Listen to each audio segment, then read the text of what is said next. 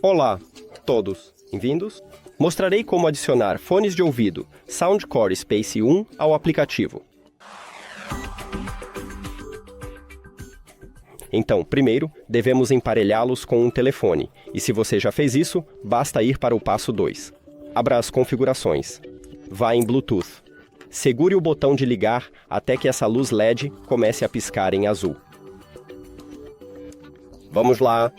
Clique nele na lista de dispositivos e esconda as configurações. Agora, abra o aplicativo e clique em Adicionar dispositivo. Escolha Fones de ouvido. E agora clique nos seus fones. Entendi e conseguimos! Obrigado por assistir a este vídeo. Se você achou útil, por favor, considere se inscrever no canal e deixar um like no vídeo. É realmente importante para nós. Até mais!